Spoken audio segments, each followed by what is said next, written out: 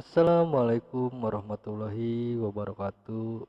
Kembali lagi bersama kreator amatir di sini. Kali ini kita akan menceritakan kembali tentang Sungai Cipunagara. Jauh beberapa puluh tahun dari kejadian video yang kemarin. Sebelum kita lanjut ke ceritanya, alangkah baiknya kalau kita berdoa terlebih dahulu. Kita berdoa menurut kepercayaan masing-masing dan berdoa pun kita mulai.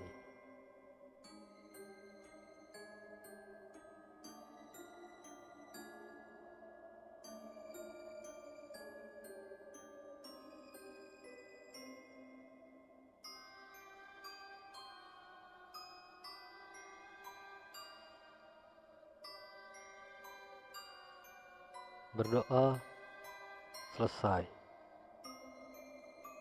Inilah ceritanya. Cipunagara masih menyimpan sebuah misteri yang sampai saat ini masih saja banyak kejadian-kejadian tak terduga di sepanjang Sungai Cipunagara. Begitu banyak mayat-mayat yang ditemukan di sepanjang aliran Kali Cipunagara. Bagaimana tidak, Sungai Cipunagara atau Kali Cipunagara adalah salah satu aliran yang berakhir di sebuah laut di wilayah Pantura atau Pantai Utara, tepatnya berada di Kabupaten Subang. Airnya terasa tenang untuk dipandang dan tak banyak pula yang memancing di sepanjang tanggul Kali Cipunagara. Namun setenangnya air Kali Cipunagara ternyata menyimpan banyak misteri yang tersimpan. Kisah ini terjadi di tahun 2010-an, di mana ada beberapa anak yang setiap harinya bermain di Kali Cipunagara, baik pagi hari ataupun sore hari. Biasanya di kali itu selalu banyak anak-anak yang sekedar bermain, memancing, dan juga berenang di kali tersebut. Setelah bertahun-tahun tidak memakan korban, kini Kali Cipunagara kembali memakan korban yang menjadi korbannya yaitu anak berusia 12 tahun. Saat itu ada segerombolan anak berusia 12 tahun dari desa PK yang kebiasaan sehari-harinya bermain di kali atau di sungai itu. Namun saat itu mereka berenam yang bernama Nanang, Aris, Peri, Randy, Agus, dan juga Dede. Pada saat itu, keenam anak itu hendak pergi ke desa PS untuk bergabung bermain bola di desa PS. Niat berangkat dari rumah yaitu untuk bermain bola, namun semua itu berakhir tragis di Kali Cipunagara. Sebelum kita ke sana, kita berenang dulu di kali itu sambil menunggu waktu sore, ucap Dede. Yang lain hanya ikut saja dan tak butuh waktu lama mereka pun menceburkan dirinya ke sungai. Karena cuacanya sangat panas, jadi mereka pun berenang dan bermain air di kali itu. Air yang terasa sejuk waktu itu membuat mereka semua terasa segar kala mereka berenang. Lalu waktu pun menunjukkan jam setengah 3 sore. Dan mereka pun menyudahi berenang dan bergegas menggunakan pakaiannya masing-masing. Namun ada salah satu anak yang bernama Randy memberi sebuah tantangan kepada semuanya untuk menyeberangi Kali Cipunagara. Walaupun kali itu terlihat besar dan juga dalam, namun mereka tetap saja menyeberangi kali itu dengan berenang. Siapa yang berani menyeberang kali ini? Ucap Randy. Awalnya mereka menolak, namun setelah Randy menjelaskan kalau lewat jembatan kita harus memutar jalan yang lumayan jauh.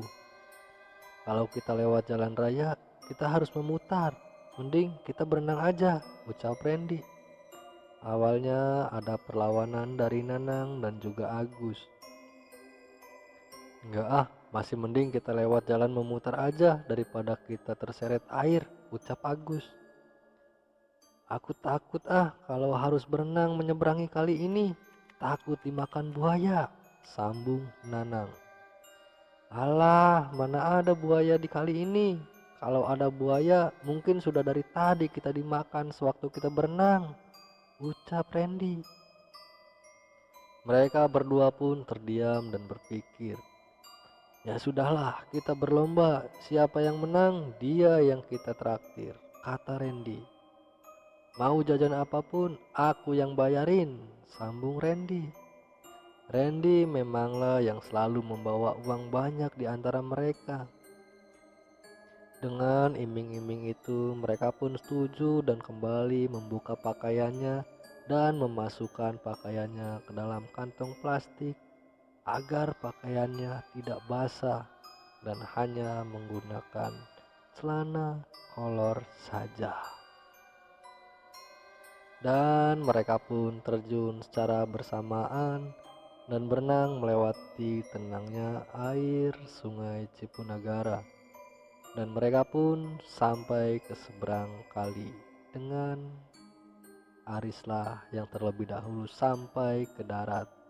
Disusul Dede, lalu Nanang, dan kemudian Randy, dan terakhir Agus dan juga Peri. Setelah sampai, Randy pun menepati janjinya pada Aris. Apapun yang Aris mau beli, pasti Randy belikan. Dan dibelikan oleh Randy, walaupun dimakan secara bersama-sama dengan yang lainnya. Setelah mereka jajan, mereka pun bersiap untuk ikut bermain bola. Tak lama kemudian permainan pun dimulai. Mereka pun sangat bersemangat dalam bermain bola, walaupun mereka sering terjatuh. Namun tak mereka rasa, karena bagi mereka bermain bola adalah hobinya.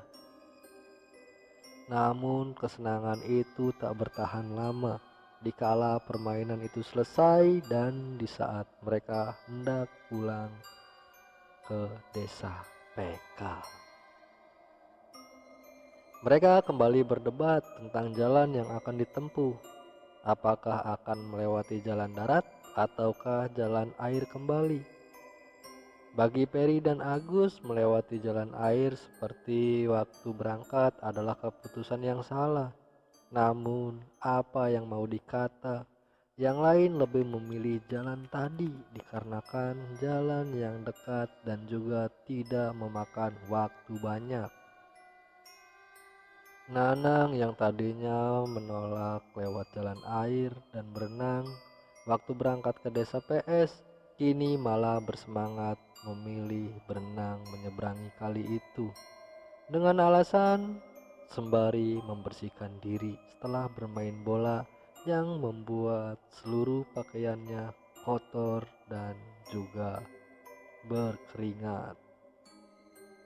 Akhirnya Agus dan Peri pun mengikuti mereka dan berenang melewati kali itu.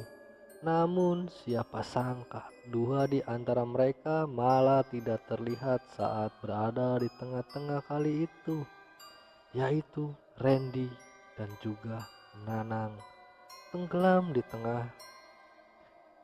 di tenangnya Sungai Cipunagara. Setelah mereka berada di darat, mereka pun saling menatap satu sama lain, di mana Nanang sama Randy, ucap Peri. Bukannya tadi di depanmu, Per, jawab Dede. Bukannya di depanku kamu, Gus, tanya Peri kepada Agus. Iya benar, Dek, aku di depan Peri, sambung Agus. Lalu mereka kemana? Tanya si Aris. Lalu mereka pun berusaha mencari Randy dan juga Nanang sampai waktu habis maghrib. dan mereka memutuskan untuk pulang dan memberi kabar kepada keluarga Randy dan juga Nanang. Dan seketika keluarga Randy dan Nanang pun panik setelah mendengar kabar kalau anak mereka hanyut terbawa arus Sungai Cipunagara. Lalu mereka bersama-sama dengan orang tua dari mereka yang selamat mendatangi tempat tersebut.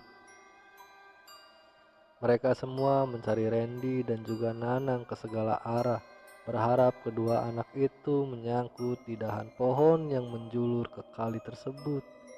Namun pencarian mereka tidak membawakan hasil sedikit pun sampai larut malam, dan kini waktu sudah menunjukkan jam 11 malam.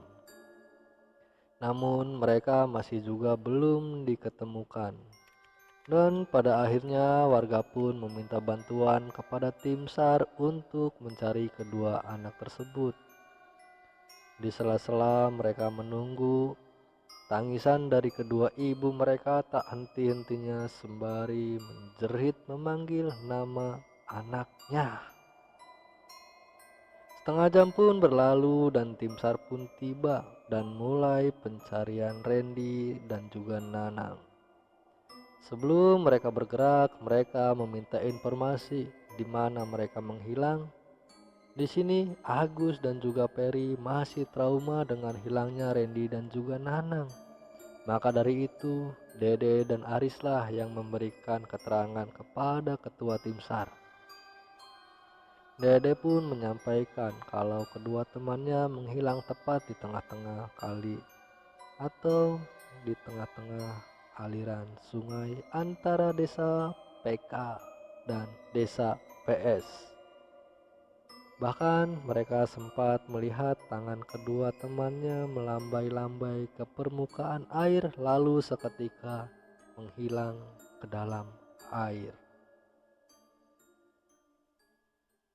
Mereka pun sempat kembali ke tengah untuk menolong kedua temannya, namun mereka tak diketemukan.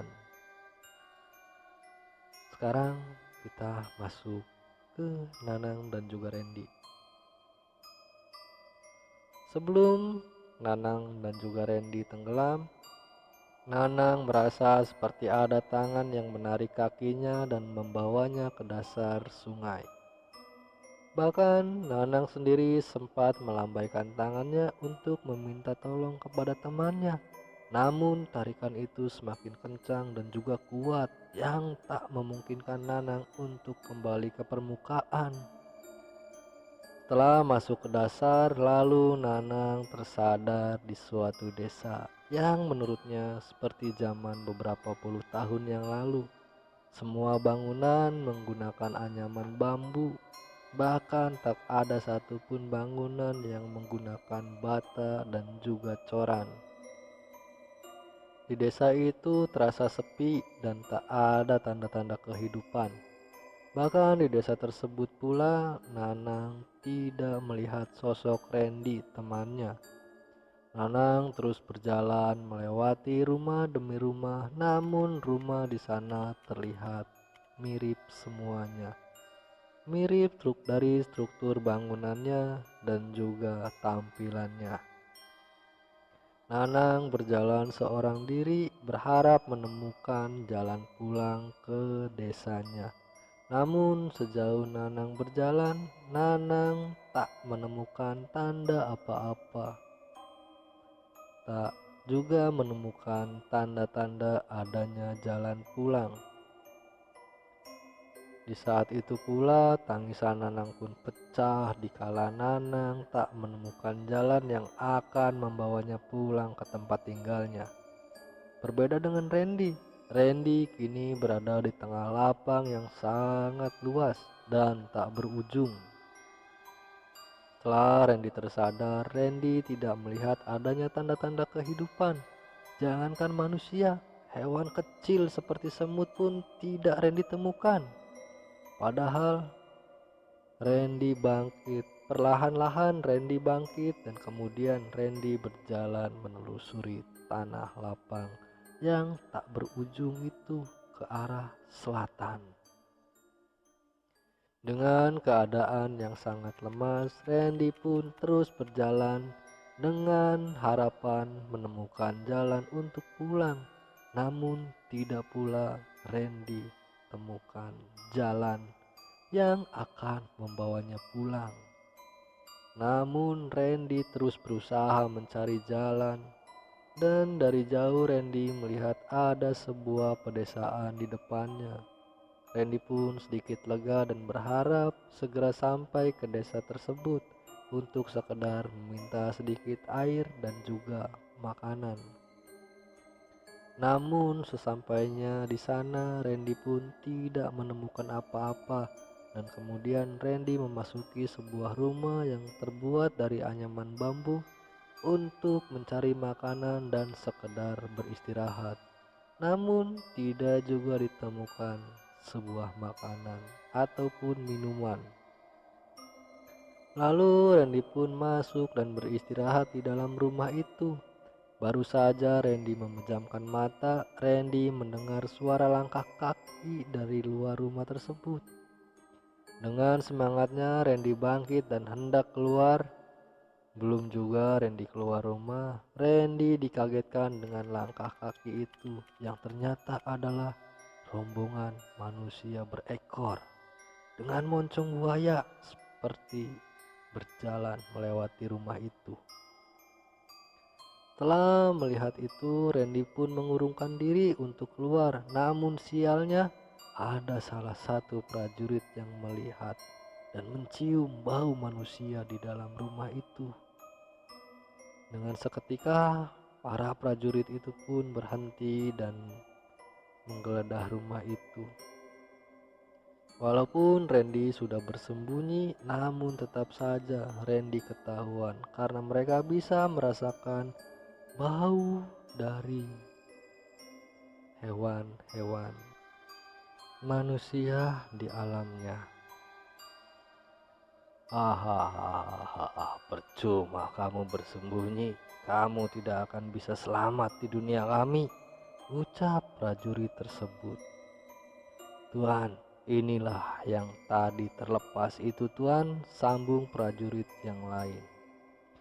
Bagus, segera bawa dia ke istana.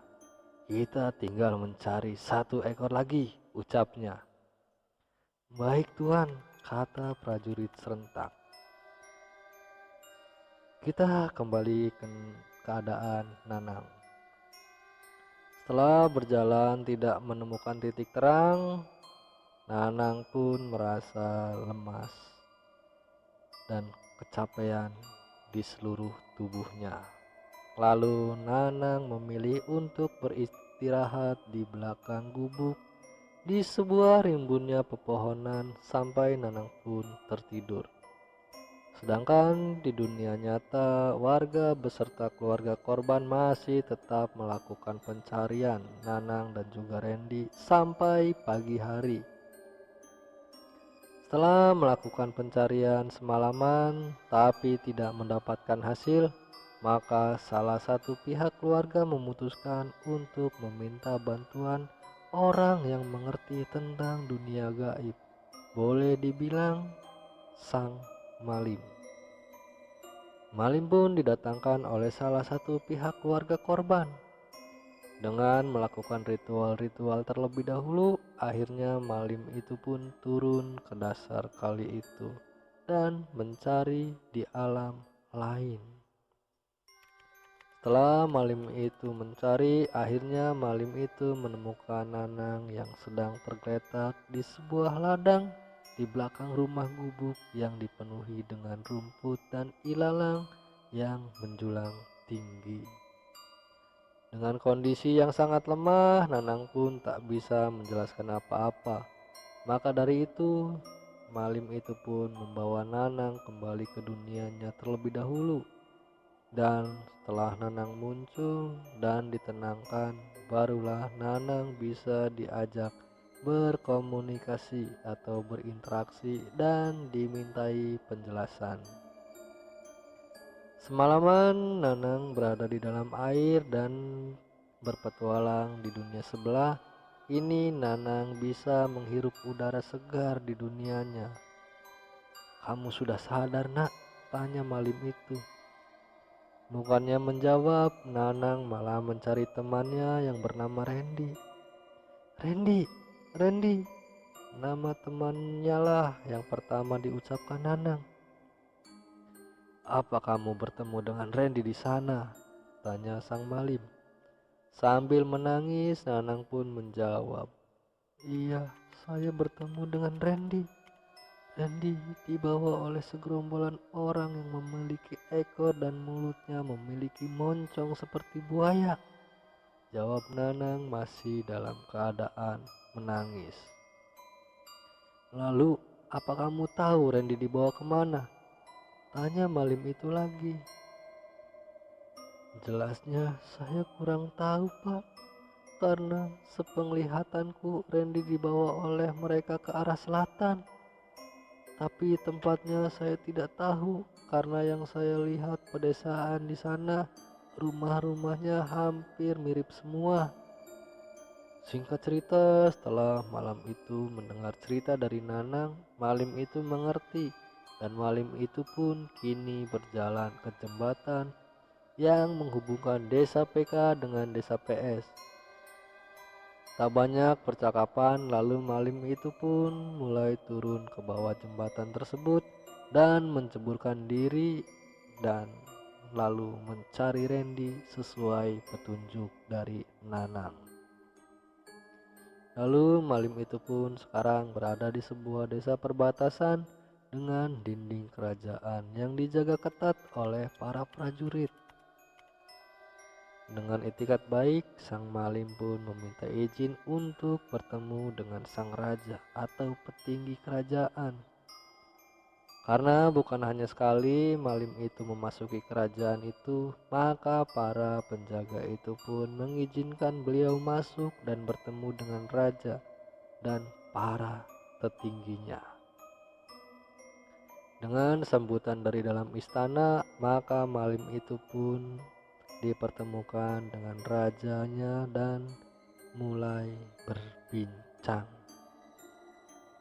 "Ada apa gerangan datang ke tempatku mendadak seperti ini?" sambut sang raja. "Saya datang ke sini tentunya ada keperluan yang sangat penting," jawab Malim itu. "Lalu keperluan apa? Apa pasukanku membuat onar di duniamu?" tanya sang raja. "Itulah yang mau saya tanyakan. Saya sedang mencari peliharaan saya yang hilang di beberapa kilometer dari sini," jawab Malim tersebut. "Apa peliharaanmu yang hilang itu, Malim?" tanya sang raja. "Seekor kambing kecil yang hilang saat sedang berenang." "Apa di antara pasukanmu ada yang mengambilnya?" tanya sang Malim. "Untuk masalah itu biar nanti saya tanyakan pada prajuritku," ucap sang raja. Dan sang raja pun memanggil para prajurit untuk menanyakan hal ini. Dan setelah mereka berada di tempat raja dan bersanding dengan Malim, sang raja pun mulai bertanya, "Apa di antara kalian ada yang mencuri kambing kecil?" tanya sang raja. "Maaf Gusti, hamba bukan mencuri, tapi hamba menemukan kambing kecil itu sedang tergeletak tak berdaya di pemukiman. Lalu kami membawanya untuk dijadikan makanan buat pesta besok Gusti," jawab prajurit itu. "Lalu di mana kambing kecil itu berada?" tanya sang Malim. "Maaf Tuan, kambing itu sudah kami sembelih dan kami sedang memasaknya," jawab prajurit itu. Dengan tidak bisa berkata apa-apa, sang Malim itu pun terdiam dan tertunduk. Rasa ingin melawan, namun pastinya Malim itu kalah karena dia sekarang sedang berada di kerajaan musuh. "Lalu, apa kambing itu tidak bisa diselamatkan?" tanya sang Malim.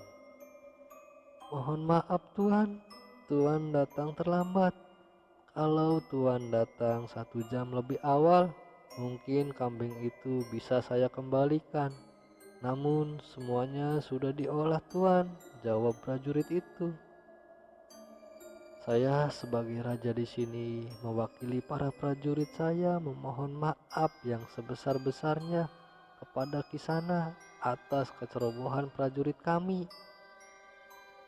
Saya mengerti dan semuanya sudah terjadi. Namun apa jasadnya masih bisa ditemukan? Jawab sang malim itu. Jasadnya pasti akan ditemukan dalam beberapa hari ini di sepanjang aliran sungai ini, jawab sang raja. Dan ada hal yang ingin saya sampaikan kepada makhluk hidup di alam kalian. Apa itu Tuan? Kata sang malim. Kita itu hidup berdampingan walau di dunia yang berbeda.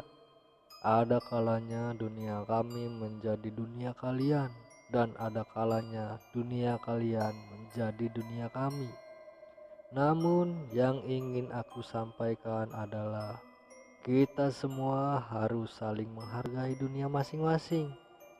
Jangan pernah makhluk hidup di dunia kalian mengusik dunia kami, begitu juga sebaliknya.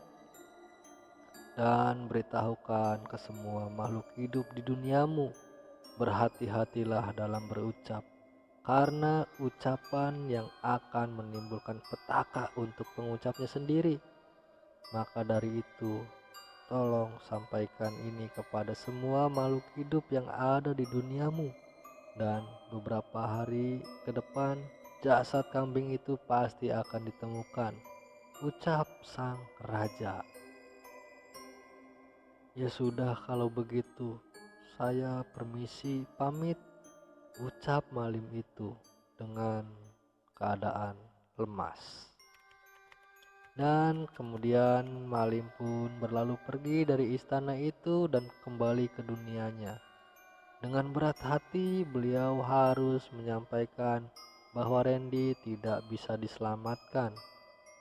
Mungkin berat bagi keluarga Randy untuk mengikhlaskan kepergian Randy dengan cara seperti itu. Namun apa yang hendak dikata, karena semuanya sudah terjadi. Namun pencarian Randy pun masih terus dilakukan. Dan selang beberapa hari, jasad Randy atau mayat Randy pun ditemukan di 1 kilometer ke sebelah utara dari tempat kejadian awal, dengan kondisi tubuhnya yang sudah membiru dan berbau. Bagaimana tidak, 4 hari mayat itu berada di dalam air. Mayat itu ditemukan salah satu warga yang hendak menyeberang menggunakan sebuah perahu atau rakit.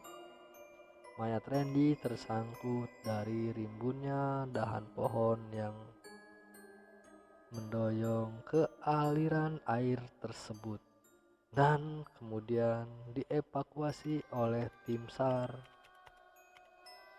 dan langsung dibawa ke rumah duka. Tangisan pun kembali pecah dari keluarga mereka yang selama ini dicari ternyata sudah tidak bernyawa lagi. Dan kemudian keluarga pun lalu mempersiapkan untuk acara pemakaman besok pagi, dan cerita pun berakhir. Untuk teman-teman semua, bagi teman-teman semua yang suka dengan ceritanya atau sudah menonton videonya, saya ucapkan terima kasih dan tinggalkan jejaknya dengan cara klik subscribe, like, komen, dan juga share ke media sosial teman-teman semua untuk membantu mengembangkan channel ini. Dan jangan lupa nyalakan juga loncengnya untuk mendapatkan update terbaru dari channel ini. Dan sekali lagi saya ucapkan terima kasih. Wabillahi taufiq wal hidayah. Wassalamualaikum warahmatullahi wabarakatuh.